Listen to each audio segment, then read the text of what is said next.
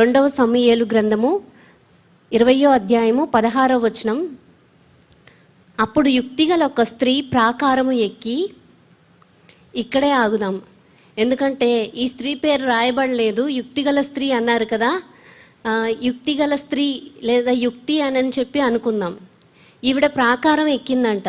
దానికి కారణం ఏంటి అంటే దాని ముందు మనం తెలుసుకోవాల్సిన విషయం ఏదో కొంచెం ఉంది. షేబా అనేటువంటి వ్యక్తి ఒక వ్యక్తి ఉన్నాడు. 20వ అధ్యాయం 1వ వచనంలో చూసినట్లయితే, బెన్యామీనుడగు బిక్రీ కుమారుడైన షేబాను పనికిమాలినవాడు అచట ఉండెను.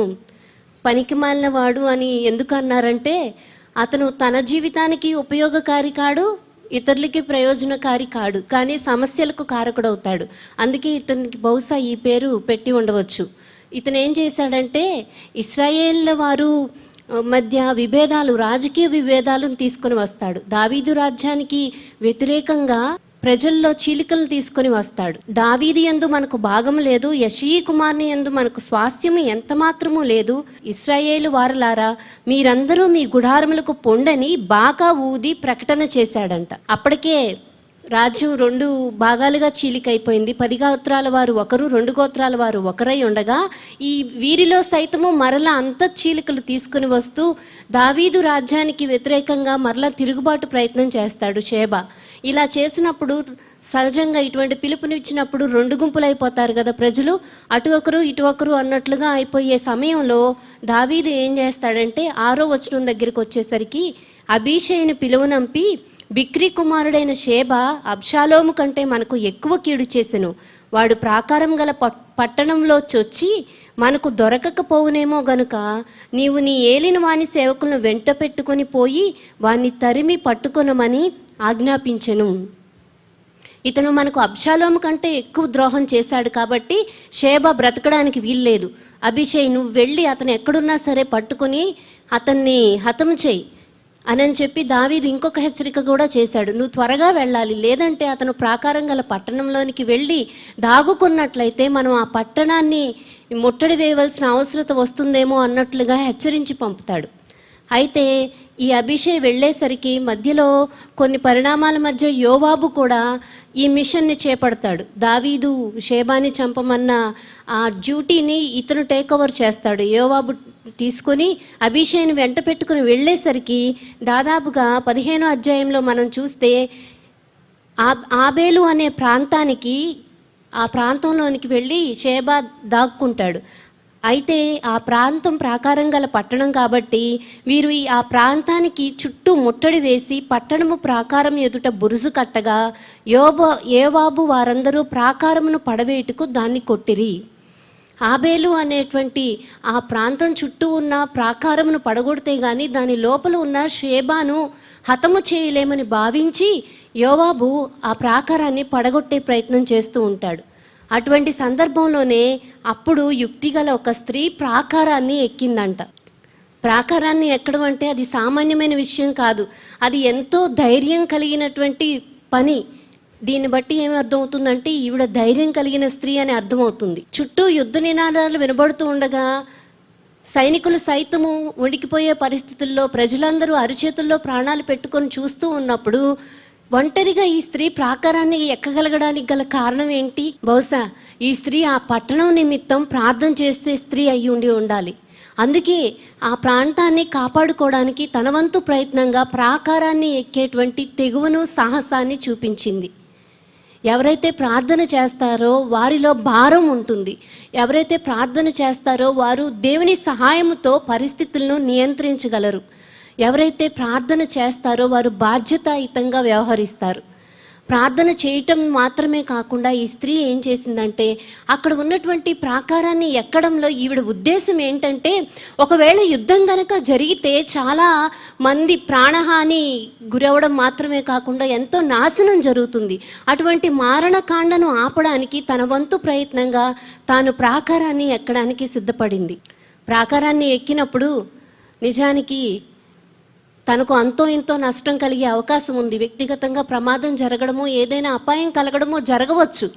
కానీ దానికి కూడా సిద్ధపడి ముందడుగు వేసింది. నిజానికి ఆ పట్టణంలో తన వారిని రక్షించుకోవడం కోసమో లేదా ఆ పట్టణంలో ఉన్న తన ఆస్తి నాశనం కాకుండా ఉండడం కోసమో ఈ స్త్రీ ప్రాకారం ఎక్కలేదు, కానీ ఇతరుల కోసం, ఇశ్రాయేలు యొక్క శ్రేయస్సు కోసం ఎంతో శ్రద్ధ వహించినదై ప్రాకారాన్ని ఎక్కి దేవుని యొక్క కార్యాన్ని ఏదైనా జరిగించాలనే తలంపుతో ముందడుగు వేసింది. ఈ స్త్రీ ప్రాకారాన్ని ఎక్కేటప్పుడు తను నమ్ముకున్న దేవుడు తనకు తోడై ఉన్నానని నిశ్చయంగా నమ్మింది. అలా ప్రాకారాన్ని ఎక్కుతూ ఉన్నప్పుడు అయ్యో నేను ఒంటరి దానను అని తను ఎప్పుడూ అనుకోలేదు, భావించలేదు. కానీ తాను దేవుని యొక్క సహాయం చేత దేవుడు నాకు తోడుగా ఉన్నాడని నమ్మినదై నేను ఒంటరి దానను అని అనుకోవడానికి బదులు నేను బలవంతురాలను అని అనుకుంది. మనం కూడా చాలాసార్లు చాలా పరిస్థితుల మధ్య ఒంటరి వారమైనప్పుడు లేదా అలాంటి అనుభవాలు గుండా వచ్చినప్పుడు కొన్నిసార్లు ఏంటంటే మన చుట్టూ ఎంతోమంది ఉంటారు, కానీ మనం ఒంటరి వారమైపోయామనే భావన కలుగుతుంది. ఒంటరి వారిగా జీవించేవారు ఉంటారు. ఎవరైనా సరే ఇలాంటి పరిస్థితుల మధ్య నేను ఒంటరి దానను అని అనుకోవడం కంటే దేవుడు నా పక్షమున ఉన్నాడు కనుక నేను బలవంతురాలను అని భావించటం, అనుకోవడం అది మనకెంతో దీవెన కలిగిస్తుంది. ఈ స్త్రీ ప్రాకారం ఎక్కడానికి దేవుడు ఎంతగా తనని బలపరిచి నడిపించాడు అంటే, ప్రాకారం అనేది ఎటువంటిదంటే ఒక రాజ్యానికి రక్షణ గోడ వంటిది. ఒకవేళ ప్రాకారం కనుక కూలిపోతే ఆ లోపల ఉన్నటువంటి పట్టణం అంతా శత్రు రాజ్యాల స్వాధీనం అయిపోతుంది. దానిలో ఉన్న ధనాన్నంతటినీ దోచుకొని వెళ్ళిపోతారు.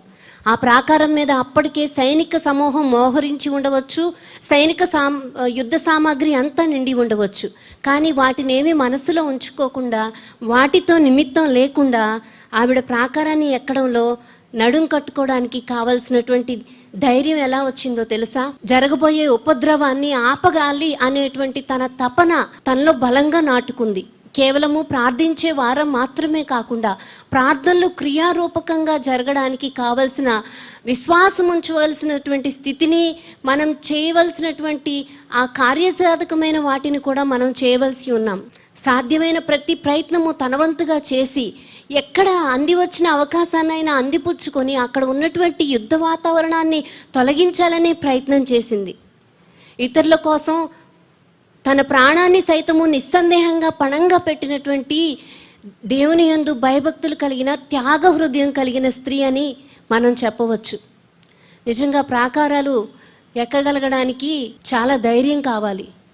చాలామంది ప్రాకారాలు ఎక్కే ధైర్యం చేస్తారు, కానీ ఎక్కడైనా ఆటంకాలు ఎదురైనప్పుడో, విమర్శలు ఎదురైనప్పుడో మరలా వెనుదిరుగుతారు. తత్ఫలితంగా దేవుని యొక్క కార్యాలను పొందుకోలేని వారు అయిపోతారు. ఎప్పుడైనా పర్వతారోహకుల్ని మీరు గమనించినట్లయితే వారు పర్వతాలు ఎక్కేటప్పుడు కిందకు చూస్తూ పైన ఉన్న పర్వతాన్ని ఎప్పుడూ ఎక్కరు. పర్వతాన్ని ఎక్కేటప్పుడు వాళ్ళ ఎక్విప్మెంట్ను ధరించుకొని పర్వత శిఖరం యొక్క అంచును చూస్తూ ఆ తాళ్లను పట్టుకొని పైకి ఎక్కుతూ ఉంటారు. దీని అర్థం ఏంటంటే మన ఆలోచనలను, మన విశ్వాసాన్ని కేవలము భూ సంబంధమైన పరిధి వరకే పరిమితం చేసుకుని ఆలోచించినట్లయితే పైన ఉన్నటువంటి దేవుని యొక్క ఉద్దేశములను మనము గ్రహించలేము. మనం పైకి ఎక్కాలి అని ఆశపడినప్పుడు, మనం దేవుని సన్నిధిలో ఒక ఘనమైన కార్యాన్ని పొందాలి అని అనుకున్నప్పుడు మన చూపులు, మన లక్ష్యము, మన గమ్యము పైవైపే చూస్తూ ఉండాలి. మనకు అనుగ్రహించబోయే దేవుని ఆశీర్వాదాలే మనకు గురి అయి ఉండాలి. కానీ మన చుట్టూ అలుముకొని ఉన్న ఇబ్బందికరమైన పరిస్థితులు, ఆటంకములు మన మదిలో మెదలడానికి వీలు లేదనే చెప్పాలి. అవి జ్ఞాపకం వచ్చిన ప్రతిసారి మనం కృంగిపోతూ ఉంటాం. అలా కాకుండా దేవుని వాగ్దానములు మనం జ్ఞాపకం చేసుకున్నట్లయితే, దేవుని యందు విశ్వాసం ఉంచినట్లయితే, కేవలము ఆయన మనకు నమ్మదగిన దేవుడని మనము ఆనుకొనగలిగినటువంటి నమ్మదగిన దేవుడు ఆశ్రయ దుర్గము అని మనం నమ్మినట్లయితే తప్పకుండా దేవుని సహాయంతో మనం ప్రాకారాలను ఎక్కగలము. 2 సమూయేలు గ్రంథం 22వ అధ్యాయంలోనే 30వ వచనంలో ఉంటుంది. దావీదు రాసినటువంటి గీతంలోనే 30వ వచనము, నీ సహాయము చేత నేను సైన్యములను జయింతును, నా దేవుని సహాయము వలన నేను ప్రాకారములను దాటుదును. దేవుని సహాయం చేత ప్రాకారాలను ఎక్కాలనే ఆలోచన మనం కలిగినట్లయితే దాన్ని ఎక్కించి దాన్ని దాటించే దేవుడు కూడా శక్తి కలిగిన దేవుడు. ఒకవేళ మనం శక్తి లేదు ప్రభువా, నా వల్ల ఇది సాధ్యం కాదు అని మనం భావించినట్లయితే సమాధానం కూడా దేవుని దగ్గరే ఉంది. ఇదిగో ఇది శక్తి చేత కాదు, బలము చేత కాదు, నా ఆత్మ ద్వారా దీన్ని జరిగిస్తాను, కానీ తుదకు నీకు విజయం అనుగ్రహిస్తాను అని దేవుడు మనకు సెలవిస్తూ ఉన్నాడు. హల్లెలూయా. ప్రాకారం ఎక్కి, ఓహో ఆలకించుడి ఆలకించుడి, నేను అతనితో మాట్లాడునట్లు యోవాబును ఇక్కడికి రమ్మని చెప్పి కేక వేయండి. ఒక పక్క యుద్ధ వాతావరణంలో ఈవిడికి ఇంతటి సమయస్ఫూర్తి ఎలా వచ్చిందో అనిపిస్తూ ఉంది. యోవాబుతో నేను మాట్లాడాలి కాబట్టి అతన్ని పిలువనంపించండి అని చెప్పి కబురు పంపుతుంది, కేక వేస్తుంది. ఈవిడికి అందరిలాగా భయం కలగడం లేదా? ఈవిడ ఎందుకు ఈ విధంగా సమయస్ఫూర్తితో వ్యవహరించగలుగుతుంది అని మనం ఆలోచించినట్లయితే, ఈవిడ కేవలము బాహ్య ప్రపంచంలో వినిపించే భయాందోళన కలిగించే శబ్దాలను మాత్రమే వినడం లేదు, కానీ తన ఆత్మలో దేవుడు మాట్లాడే మెల్లని స్వరాన్ని కూడా వినగలిగిన స్త్రీ అయ్యింది. ఈమెలో ఉన్న గొప్ప మరొక గుణలక్షణం ఏంటంటే, భౌతికమైనటువంటి యుద్ధనాదాలతో కంటే దేవుడు తన్ని నడిపిస్తున్నాడు అనే బలమైన సంకల్పం కలిగినదై దేవుని యొక్క స్వరాన్ని వింటూ, ఆ మెల్లని స్వరాన్ని వింటుంది కాబట్టి ఆవిడ చలించకుండా ధైర్యంగా నిలబడగలుగుతుంది. దేవుని ఆధారం చేసుకున్నటువంటి మనం ఎన్నోసార్లు మన చుట్టూ దేవుని వాక్యాల ద్వారా బలపరచబడుతూ ఉంటాం. మనల్ని ప్రోత్సహించేవారు ఉంటూనే ఉంటారు. మన కొరకు నిత్యము ప్రార్థించే దైవదాసులు అందుబాటులో ఉండి ప్రార్థిస్తూనే ఉంటారు. అయినప్పటికీ మనం కొన్నిసార్లు బెంబేలెత్తిపోయిన పరిస్థితి, కృంగిపోయిన పరిస్థితి, అటువంటి పరిస్థితిని మనము ఇంకా అనుభవించవలసిన అవసరం లేదు. దేవుని సన్నిధిలో దేవుణ్ణి ఎవరైతే ఆధారం చేసుకుంటారో వారిని దేవుడు శత్రువుల చేతి నుంచి విడిపిస్తానని సెలవిస్తూ ఉన్నాడు. మనకు ధైర్యమును అనుగ్రహించి మనకు విజయమును అనుగ్రహించే దేవుడు మనతో ఉన్నాడు అని మనం నమ్మినట్లయితే ఈ స్త్రీ వలె మనం కూడా ధైర్యమును కలిగి పరిస్థితులను అధిగమించగలం. బయట వ్యవహారాలు చక్కపెట్టే విషయంలో స్త్రీలమైన పురుషులమైన ఎవరికైనా ఎంతో జ్ఞానము వివేకము అవసరం, లౌక్యం ఎంతో అవసరం. ఇక్కడ ఈ స్త్రీ పెద్ద చదువరిగా కాదా మనకు తెలియదు, కానీ తను చూపించే ఆ నైపుణ్యం ఉంది చూసారా, ఆ లౌక్యము అనేది నేను యోవాబుతో మాట్లాడాలి అని చెప్పి కబురు పంపించి తను మసులుకునే తీరు ఎంతో గొప్పగా అనిపిస్తుంది. ఒంటరిగా వెళ్ళింది, ఎటువంటి ఆయుధాలు లేవు. తన దగ్గర ఉన్న ఒకే ఒక్క ఆయుధం ఏంటో తెలుసా? తన నాలుక. తను ఇప్పుడు మాట్లాడవలసి ఉంది, తను యోవాబుతో సంభాషించవలసి ఉంది. అందుకే సామెతల గ్రంథంలో సాత్వికమైన నాలుక జీవవృక్షము అని వ్రాయబడి ఉంది. సామెతలు 10వ అధ్యాయము 20వ వచనంలో నీతిమంతుని నాలుక ప్రశస్తమైన వెండి వంటిది అంట. నీతిమంతుని నాలుక ప్రశస్తమైన వెండి వంటిది. అటువంటి నాలుకల నుంచి వచ్చే మాటలు ఎంత బంగారం వంటిది అని చెప్పాలేమో. నీతిమంతుల ప్రార్థన బలం గలదై ఉంటుంది, వారి నాలుక ప్రశస్తమైనదై ఉంటుంది.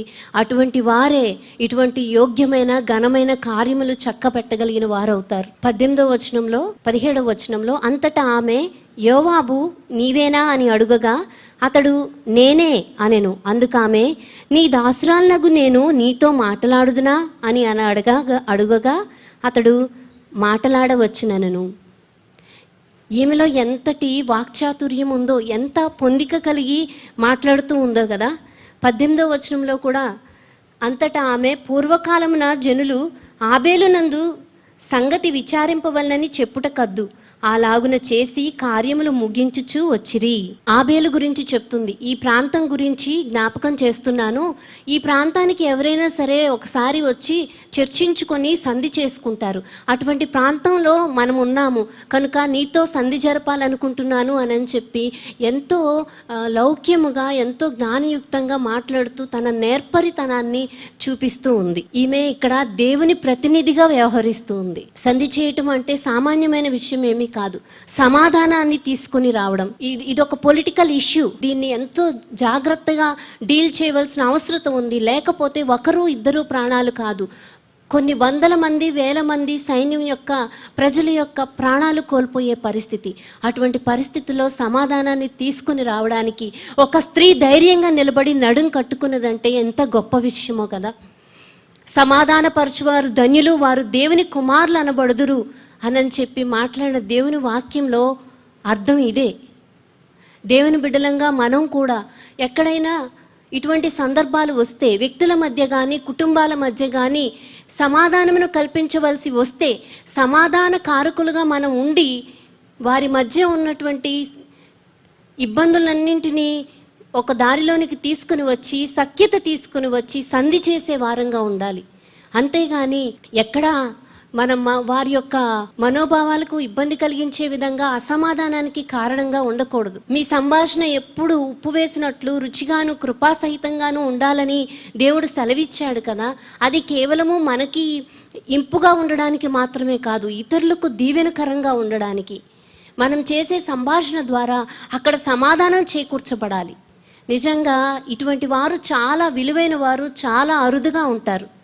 ట్రబుల్ మేకర్స్ మనకు చాలా వరకు కనిపిస్తూనే ఉంటారు, కానీ పీస్ మేకర్స్ మాత్రం దొరకడం చాలా అరుదైన విషయమే. కొన్నిసార్లు కొంతమంది పీస్ బ్రేకర్స్గా కూడా ఉంటారు. అలా కాకుండా దేవుని వాక్యం మనకి ఏమని సెలవిచ్చినదో, మనం ఒక చోట ఇద్దరు వ్యక్తుల మధ్య నిలబడినప్పుడు దేవుని ఆత్మచేత నింపబడిన వారమై వారి మధ్య పరిష్కార మార్గాన్ని చూపించేటువంటి జ్ఞానం కలిగినటువంటి ఆలోచనలతో, తలంపులతో నిలబడాలి. అది అప్పుడు మనం సంధి చేసి సమాధానపరిచినట్లయితే అప్పుడు మనం దేవుని పరిచర్య చేసినట్లవుతుంది. వారు ఐక్యతతో నిలిచి ఉంటే దేవుని ఆశీర్వాదము మనకు తీసుకుని రాబడుతుంది. అందుకే ప్రసంగి గ్రంథం 9వ అధ్యాయం 16వ వచనంలో ఉంటుంది, బలం కంటే జ్ఞానము శ్రేష్టము. 18వ వచనంలో కూడా యుద్ధాయుధముల కంటే జ్ఞానము శ్రేష్టము. ఇక్కడ ఈమె ఉపయోగించిన ఒకే ఒక్క యుద్ధాయుధము జ్ఞానం కలిగి మాట్లాడడం. ఆ యుద్ధాయుధము ఎటువంటి పనిని, విజయాన్ని తీసుకుని వస్తుందో తర్వాత వచనాల్లో మనం చూస్తాం. ఈ స్త్రీలో ఉన్న నేర్పరితనం ఎంతటి ప్రభావాన్ని చూపిస్తుందో దాన్ని మనం నేర్చుకుని మనం కూడా ఆకలింపు చేసుకోవాల్సిన అవసరం ఉంది. చాలామందికి తెలిసే ఉంటుంది, ఇండియాస్ ఫేమస్ మ్యాథమెటిషియన్ శకుంతలాదేవి. ఆవిడ చాలా విజయాలు సాధించారు, ఎంతో మేధావి అని చెప్పి మ్యాథ్స్లో ఆవిడ సాల్వ్ చేయలేని ప్రాబ్లం అంటూ ఏదీ లేదు అని నిరూపించుకున్నారు. దేశ విదేశాల్లో ఎంతోమంది ఆవిడ్ని పిలిచి ఈ పెద్ద పెద్ద మ్యాథమెటికల్ ప్రాబ్లమ్స్ ఇచ్చి వాటిని సాల్వ్ చేయమనంటే వాటిని అన్నింటినీ ఆవిడ ప్రశ్న అడిగేవారు, మీకు దీని ఆన్సర్ లెఫ్ట్ నుంచి రైట్ ఇవ్వమంటారా, రైట్ నుంచి లెఫ్ట్ ఇవ్వాలా అని చెప్పి. అంత టాలెంటెడ్ ఉమెన్ అనమాట, అంత తెలివైన స్త్రీ. ఒకసారి ఒక లండన్లో అనుకుంటాను బహుశా, వారు ఒక టీం అందరూ కలిసి ఈవిడ్ని టెస్ట్ చేస్తున్నారు, ఈవిడ మ్యాథమెటికల్ స్కిల్స్ని ఎంత గొప్పగా ఉన్నాయో అని. ఒక పక్క కంప్యూటర్ ఉంచారు, ఇంకో పక్క ఈవిడని ఒక ప్రాబ్లం ఇచ్చి సాల్వ్ చేయమంటే కంప్యూటర్ కన్నా ముందే తక్కువ సమయంలోనే ఈవిడ సాల్వ్ చేశారు. అంటే అది ఫస్ట్ జనరేషన్ కంప్యూటర్ అనుకోండి. ఏవైనప్పటికీ కంప్యూటర్ కన్నా ముందే తన మేధస్సుతో, తన తెలివితేటలతో ఆ ప్రాబ్లంని సాల్వ్ చేసి తను తెలివిగల దాన్నని చెప్పి నిరూపించుకోగలిగారు. 1982లో ఆవిడ గిన్నెస్ బుక్ ఆఫ్ వరల్డ్ రికార్డ్స్లో కూడా పేరు నమోదు చేయించుకున్నారు. నిజంగా మన దేశానికే గర్వకారణమైన స్త్రీ, చాలా అభినందించవలసిందే. కానీ ఆవిడ వ్యక్తిగత జీవితంలోనికి వెళ్ళి చూస్తే భర్తతో విభేదాల కారణంగా విడిపోవడం జరిగింది. ఒక్కగానొక్క కుమార్తెతో సఖ్యత లేని జీవితం. ఎన్నో దేశాలు తిరిగి ఎన్నో విజయాలు సాధించి ఎన్నో పొగడ్తలు, మెడల్స్, ఎన్నో సన్మానాలు పొందుకున్నటువంటి ఆవిడ ఇంటిలో ఒంటరిగా మిగిలిపోయి అసంతృప్తి జీవితాన్ని జీవించవలసి వచ్చింది. మన తెలివితేటలు, మన మేధస్సు, మన యుక్తి, మన చుట్టూ ఉన్నటువంటి వ్యక్తులను, కుటుంబాలను మనకి దీవెనకరంగా మలుచుకోలేకపోయినట్లయితే చివరికి అసంతృప్తి కలిగిన ముగింపే అవుతుంది. ఈ స్త్రీలో యుక్తి కలిగినటువంటి ఈ స్త్రీలో ఉన్నటువంటి నేర్పరితనం మన జీవితాల్లో కూడా మనకు ఒక పాఠం నేర్పించేదై ఉండి, ఎక్కడ అసమాధాన స్థితి మన కుటుంబంలో నెలకొంటుందో దానికి కారణము నేనైతే నన్ను నేను సరి చేసుకోవడం, ఇంకొకరైతే ఇంకొకరు సరి చేసుకోవడం, కుటుంబంలోనూ అలా మనం ఆ అసమాధాన స్థితిని మనం హృదయాల్లో నుంచి, మన కుటుంబాల్లో నుంచి తీసివేసుకొని సంతోషంగా, దీవెనకరంగా మలుచుకోవాల్సిన అవసరం ఉంది. మనం నేర్చుకునే పాఠాలు, దేవుడు మనకు అనుగ్రహించే ఈ దీవెనకరమైన మాటలు మన జీవితాలను ఉద్ధరించాలి, మన కుటుంబాలను ఉద్ధరించాలి. అలా మనం మరొకరికి మేలును, ప్రయోజనాన్ని చేకూర్చే వారమై ఉండాలి. అప్పుడే మనకు దీవెన కలుగుతుంది. ఈ స్త్రీ తన ఇంటిని, యుక్తి కలిగిన ఈ స్త్రీ తన ఇంటిని చక్కబరుచుకోవడం మాత్రమే కాకుండా తన పట్టణాన్ని కూడా కాపాడటానికి నడుం బిగించింది. 19వ వచనం చూసినట్లయితే, నేను ఇశ్రాయేలు యందు నిమ్మళస్థులలోనూ యథార్థవంతుల్లోనూ చేరికైన దానను. తన్ను గురించి తాను పరిచయం చేసుకుంటుంది. ఇశ్రాయేళ్ల పట్టణములో ప్రధానమగు ఒక పట్టణమును లయము చేయవలనని నీవు ఉద్దేశించుచున్నావు. యెహోవా స్వాస్థ్యము నీవెందుకు నిర్మూలం చేయుదు అని చెప్పగా, ఇక్కడ ఒక ఇంత ఆగుదాం. తన గురించి తాను పరిచయం చేసుకుంటూ తన సాక్ష్యాన్ని చెప్పుకుంటుంది, తన భక్తి జీవితం గురించి చెప్పుకుంటుంది. నేను ఇశ్రాయేలులందరిలో నిమ్మళస్తురాలను, యథార్థవంతుల్లో చేరికైన దానను. నేను దేవుని యందు భయభక్తులు కలిగిన స్త్రీని. నేనేదో మీ దగ్గరకు వచ్చి కాకతాళీయంగా మాట్లాడేసి వెళ్ళాలని కాదు. నేను ఒక బలమైన కార్యం నిమిత్తం భారంతో వచ్చాను. నా ప్రజల పక్షంగా వచ్చి నేను ఇక్కడ నిలబడుతున్నాను అని చెప్పకనే చెప్తుంది. అంతేకాదు, తను వచ్చిన విషయాన్ని ఎంత నెమ్మదిగా మాట్లాడుతూ విషయాన్ని తెలియపరుస్తూ ఉందో. ఆ వాక్చాతుర్యము, ఆ నైపుణ్యము దేవుని పనికి ఎంత అక్కరకు వస్తుందో కదా. మరి మనలో ఏమి సుగుణాలు ఉన్నాయో దేవుని పనికి అక్కరకు వచ్చేవి. వాటిని మరుగు చేసుకోవడం కాకుండా, మనవరికే పరిమితం చేసుకొని ఉంచుకోవడం కాకుండా, ఒకవేళ మనలో ఏవైనా అటువంటి మంచి క్వాలిటీస్ ఉంటే వాటిని దేవుని కొరకు వినియోగిస్తే, తోటి ప్రజల కొరకు వారి ప్రయోజనార్థం వినియోగిస్తే, తత్ఫలితంగా దేవుడు మనల్ని మరింతగా దీవిస్తాడు.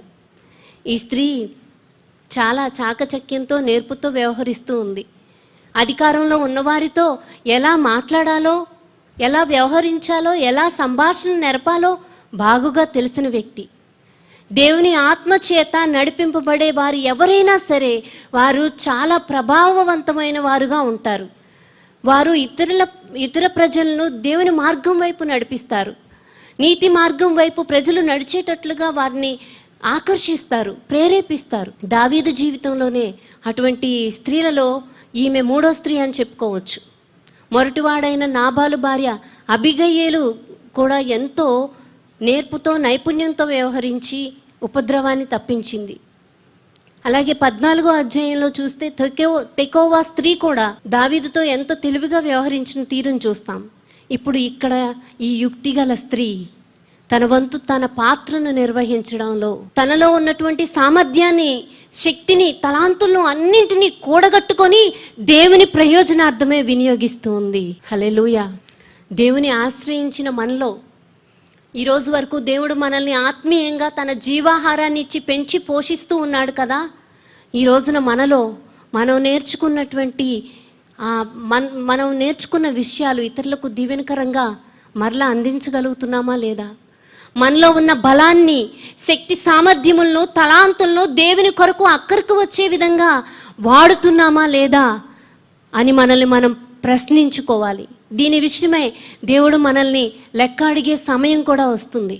నిన్నెంతో పెంచి పోషించాను, ఆదరించాను, ఒక గొప్ప ఉన్నతమైన స్థితికి తీసుకొని వచ్చాను, ఇదిగో నీలోని ఫలాలు ఏవి అని దేవుడు మనల్ని ప్రశ్నిస్తే, ఆ తలాంతులు దాచిపెట్టిన వాని వరే మనం కాకుండా దేవుని ఎదుట నమ్మకమైన వారి వరే, ఇదిగో నాయన నాలో ప్రార్థించే సామర్థ్యం ఉంది, అందుకే నేను ధైర్యంగా నిలిచి ఎటువంటి పరిస్థితుల మధ్యనైనా ఆటంకాలను ఎదిరించగలగడానికి నీ నామం పేరట నేను నిలిచి ప్రార్థిస్తాను, నీ కోసం నేను విశ్వాసం ఉంచగలను, నీ ఎడల నేను నమ్మకమును ధైర్యమును వహించి ఇతరుల పక్షంగా మాట్లాడగలను అని చెప్పి ఎవరైతే మనలో ఉన్న తలాంతులను ఆయా సందర్భాలను బట్టి సమయోచితమైన జ్ఞానంతో దేవుని కొరకు వినియోగిస్తామో, ఈ స్త్రీ వలె మనం కూడా దేవుని చేత మెప్పు పొందుకోగలుగుతాం. 20వ వచనం చూసినట్లయితే, యోవాబు ప్రశ్న అడిగింది కదా, ఈ యుక్తి కలిగిన స్త్రీ నీవెందుకు యెహోవా స్వాస్థ్యమును నిర్మూలం చేయదు అని చెప్పగా, యోవాబు నిర్మూలం చేయను, లయపరచును, అలాగున చేయను, సంగతి అది కానే కాదు అని చెప్తున్నాడు. యోవాబు ఎలా వచ్చాడో తెలుసా? షేబాని నరికి చంపాలనే లక్ష్యం కలిగిన వాడే, ఆగ్రహోదగ్రుడై ఎంతో కోపంతో ఆ పట్టణాన్ని సైతము ప్రాకారాలను పగలగొట్టి అక్కడ ఉన్నటువంటి అడ్డొచ్చిన వారందరినీ చంపి చంపాలనే ఒకే ఒక్క లక్ష్యం కలిగినటువంటి అతను ఈ రోజున ఇప్పుడు ఈ స్త్రీ అడిగిన మాటలకు ఏం సమాధానం చెప్తున్నాడు? నా ఉద్దేశం అది కాదు, నేను వీటిని లయం చేయాలనే ఉద్దేశంతో రాలేదు. కానీ ఇంత మృదువుగా ఎలా మాట్లాడుతూ ఉన్నాడంటే దానికి కారణం మృదువైన మాట క్రోధమును చల్లార్చును. మృదువైన మాట క్రోధమును చల్లార్చును అని సామెతల గ్రంథకర్త చెప్పాడు కదా. యోవాబు ఎలాంటి వ్యక్తి అంటే రాజ్య సుభిక్షం కోసం అవసరమైతే చంపడానికైనా చావడానికైనా సిద్ధమైనటువంటి వ్యక్తి. ఇటువంటి టఫ్ పర్సన్ని, ఇటువంటి మొరటివాడైన వ్యక్తిని ఒక స్త్రీ తన యొక్క వివేచనాయుతమైన మాటలతో ఇన్ఫ్లుయెన్స్ చేయగలిగి తన్ని పునరాలోచన చేసుకునే విధంగా ప్రేరేపించగలిగిందంటే ఎంత సమర్థురాలో కదా. ఈరోజు మన జీవితంలో కూడా ఈ స్త్రీ నుంచి నేర్చుకోవాల్సిన పాఠాలు చాలా ఉన్నాయి. మనం కూడా దైనందిన జీవితంలో అనాలోచితంగా అహంకారాలతోనూ భావోద్రేకాలతోనూ ఎన్నో సమస్యలను, చిక్కులను కొని తెచ్చి పెట్టుకుంటూ ఉన్నాం. దానికి బదులుగా వినయముతోనూ ఆత్మఫలములతోనూ మనం జీవించినట్లయితే మన చుట్టూ ఉన్న వాతావరణాన్ని ఎంతో దీవెనకరంగా మార్చుకోవచ్చు. మృదువైన మాట క్రోధాన్ని చల్లారుస్తుంది.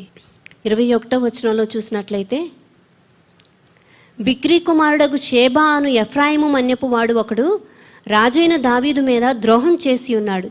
మీరు వాణ్ణి మాత్రము అప్పగించుడి, తోడనే నేను ఈ పట్టణం విడిచిపోదునని యోవాబు చెప్పగా, ఆమె యోవాబుతో, చిత్తము, వాని తల ప్రాకారం పైనుండి పడవేయబడినని చెప్పి, యోవాబు, మీ అందరినీ నాశనం చేయటం నా ఉద్దేశం కాదు. నేను వచ్చిన పని ఏంటంటే రాజద్రోహం తలపెట్టినటువంటి ఆ యోవాబుని తీసుకొని వెళ్ళాలి, అతని ప్రాణం నాకు కావాలి అని చెప్తే, వెంటనే ఈ స్త్రీ చెప్పినటువంటి మాట ఎంత అధికారయుతంగా మాట్లాడిందో, ఎంత పవర్ఫుల్ లేడీనో అనిపిస్తుంది. నీకు కావాల్సింది షేబా తలే కదా, అయితే ప్రాకారం మీద నుంచి పడవేయబడుతుంది అని చెప్పి సమాధానం చెప్తుంది. సరైన సమయంలో సరైన రీతిగా మాట్లాడే నైపుణ్యం కూడా దేవుని యొక్క వరమే. ఇటువంటి పరిస్థితుల్లో తను ఇంకా ఎవరితోనూ మధ్యవర్తిత్వం చేయడం లేదు. దేవుడు తనతో ఉన్నాడు అని నమ్మి అదే ఆలోచనతో ముందుకు వెళుతూ ఉంది. యోవాబుకి ఏమని కన్ఫర్మ్ చేస్తుందంటే, షేబా చేసిన దాన్ని మేము సమర్థించుకు రావడం లేదు, అతని రాజద్రోహాన్ని మేము సైతము అంగీకరించము అన్న ఉద్దేశంతో షేబా తలను ప్రాకారం పైనుంచి పడవేస్తాము అని చెప్తుంది. అంతకు మించి మరొక బెస్ట్ సొల్యూషన్ కూడా ఈ పరిస్థితుల్లో తనకు లేదని తనకు తెలుసు. ఎందుకంటే ఒక్క షేబా, పనికి మాలిన వాడైన ఒక్క షేబా కోసం ఎంతోమంది అమాయకులైన వారి ప్రాణాలు, సైన్యం యొక్క ప్రాణము పోవడం కంటే, రక్తపాతం చిందించబడటం కంటే, ఇదిగో ఈ వ్యక్తిని ఇక్కడి నుంచి పంపించి వేయడమే, తీసివేయడమే మంచిదని తనకు అనిపించింది. వెంటనే తిరిగి వచ్చి తను చేయాలనుకున్న పని చేస్తుంది. ఇక్కడ ఒక మాట ఏంటంటే, చాలా మందిలో డొల్ల మాటలు, ప్రగల్భాలు కలిపే మాటలు మాట్లాడుతూ ఉంటారు, కానీ వాటి వల్ల ఫలితం శూన్యం. కానీ వివేకయుతమైన, అధికారయుతమైన ఒక్క మాటను ఇక్కడ ఎంతో సమర్థవంతంగా కాన్ఫిడెన్స్తో తను మాట్లాడే ఆ తీరు, తనలో ఉన్నటువంటి నిబ్బరము, యథార్థత ఎంత ధైర్యాన్ని కల్పించాయో అనిపిస్తుంది.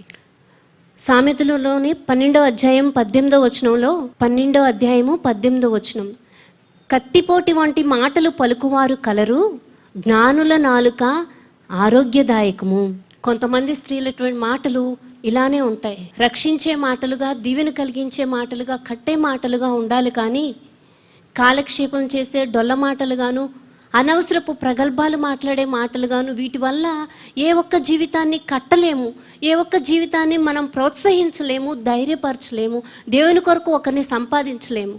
కానీ దేవుని ఆత్మతో నింపబడి వాక్యానుసారమైనటువంటి నడిపింపుతో మనం వారికి చెప్పేటువంటి మాటలు వారి జీవితానికి ఎంతో దీవెన కలిగిస్తాయి. ఎంతో కఠినాత్ముడైన యోవాబును కూడా ఎంతో సానుకూలంగా ఆలోచించేవాడిగా, అంగీకరించేవాడిగా, మాట్లాడేవాడిగా పునరాలోచన చేసుకోవడానికి నడిపించిన, ప్రేరేపించిన ఈ స్త్రీ వలె మన పరిధిలో, మన లక్ష్యంలో, మన చుట్టూ ఉన్న మన పరిధిలోనే ఎంతో జ్ఞానయుక్తంగా, యుక్తి కలిగి జీవించవలసిన అవసరత మనకి ఉంది. 22వ వచనం చూసినట్లయితే, తాను యోవాబుతో పలికిన యుక్తిగల మాటలను జనులందరికీ తెలియచేయగా, వారు బిక్రీ కుమారుడగు షేబా యొక్క తలను ఛేదించి యోవాబు దగ్గర దాన్ని పడవేసిరి. కాగా అతడు బాకా ఊదించిన తరువాత జనులందరూ ఆ పట్టణమును విడిచి ఎవరి గుడారములకు వారు పోయిరి. యోవాబు యెరూషలేమునకు రాజునొద్దకు తిరిగి వచ్చెను.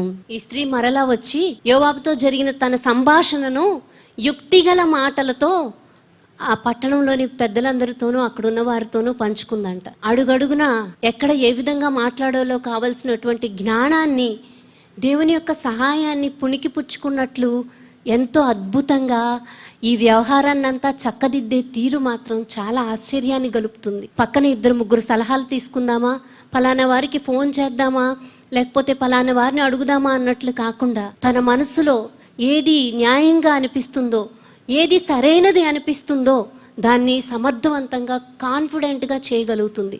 దానికి కారణం ఏంటో తెలుసా? దేవుని పట్ల, దేవునితో తను చేస్తున్న సహవాసం ద్వారా తనకు కలిగినటువంటి ధైర్యం.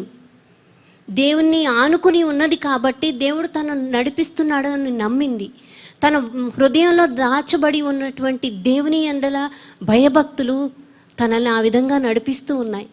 ఈ స్త్రీ ఎక్కడ తన స్వఘనతను, తన మెప్పును, తన యొక్క యుక్తిని ప్రజల ముందు కనబరుచుకొని, యోవాబు ముందు కానీ ప్రజల ముందు కానీ కనబరుచుకొని సత్కారాలు చేయించుకోవాలని, సన్మానాలు చేయించుకోవాలని కోరుకోలేదు. తన పని మీదే, తన లక్ష్యం మీదే తను గురిపెట్టుకొని ఉంది. ఎక్కడ మాట్లాడాలో, ఎక్కడ మౌనంగా ఉండాలో, ఎక్కడ ప్రార్థన చేయాలో, ఎక్కడ వేచి ఉండి కనిపెట్టాలో ఆ వివేక జ్ఞానము మనం దేవుని సన్నిధిలో అడిగి పొందుకోవాలి.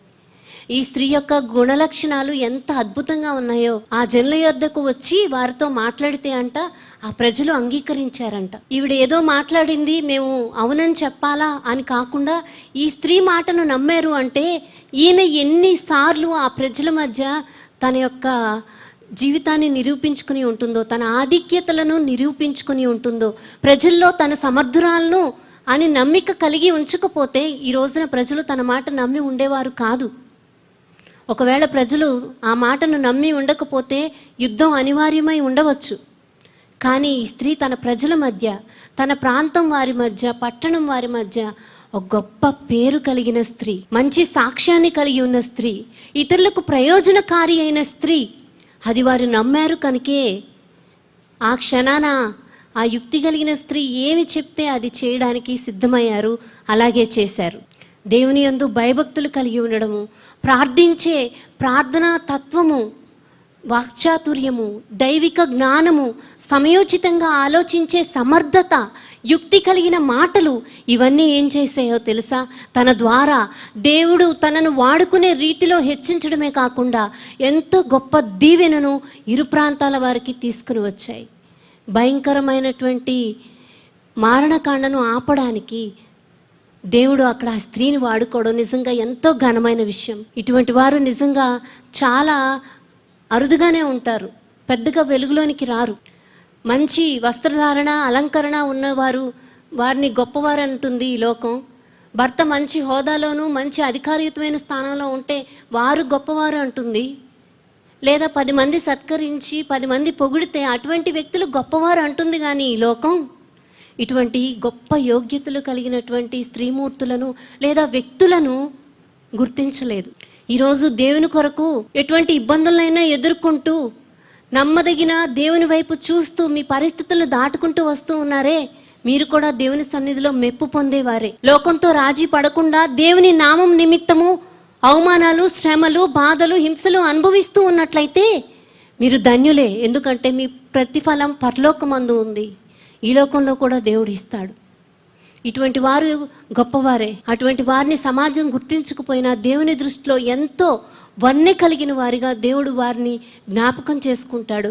వీరు దేవుని సముఖంలో ఎంతో కీర్తించబడతారు, ఎంతో ఘనతకెక్కుతారు కూడా. ఈ రోజున మనకున్నటువంటి యోగ్యతలను కేవలం మనల్ని, మన కుటుంబాన్ని ఉద్ధరించుకోవడానికే సరిపోతే ఈ స్త్రీ వలె మనం అటువంటి గొప్ప బాధ్యతలను అందుకోగలిగే స్థితిలో ఎదగగలమా?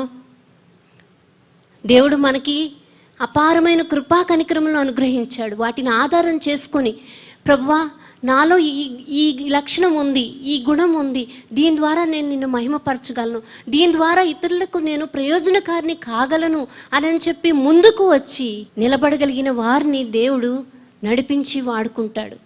సామర్థ్యమును, నమ్మకత్వమును మనం కలిగి ఉండాలి. ఎవరైతే సామర్థ్యం లేకుండా ఉంటారో, నమ్మకత్వం కలిగి ఉన్నట్లయితే వారిని దేవుడు సామర్థ్యంతో నింపి అవసరమైన చోట ఎలా మాట్లాడాలో, ఎటువంటి నిర్ణయాలు తీసుకోవాలో, యుక్తముగా ఎలా మాట్లాడాలో ఆ తలాంతులను ఇచ్చి నడిపించి దేవుడు వాడుకుంటాడు.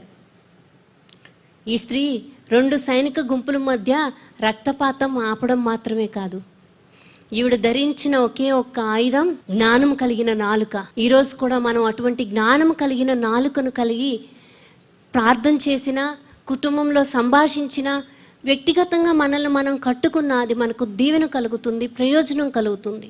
ఈ స్త్రీ ద్వారా మనం నేర్చుకున్న పాఠాలు మన వ్యక్తిగత జీవితంలో అన్వయించుకొని మరంతగా దేవుని కృపను పొందుకోవాలని కోరుకుంటూ నా మాటలు ముగిస్తూ ఉన్నాను.